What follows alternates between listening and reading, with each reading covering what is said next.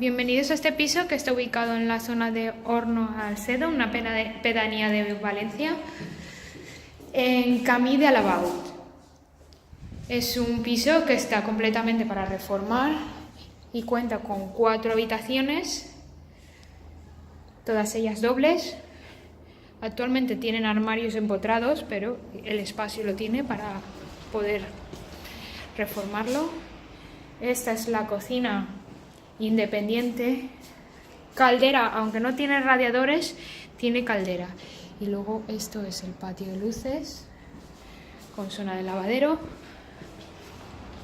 un armario empotrado en el pasillo, el amplio salón comedor, ¿vale? El centro médico está a la vuelta de la esquina, desde aquí podemos ver la Nueva Fe y al final de la calle hay un colegio.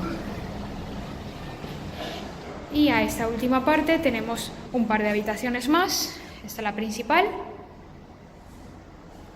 muy amplia, con otro baño con bañera y la última habitación.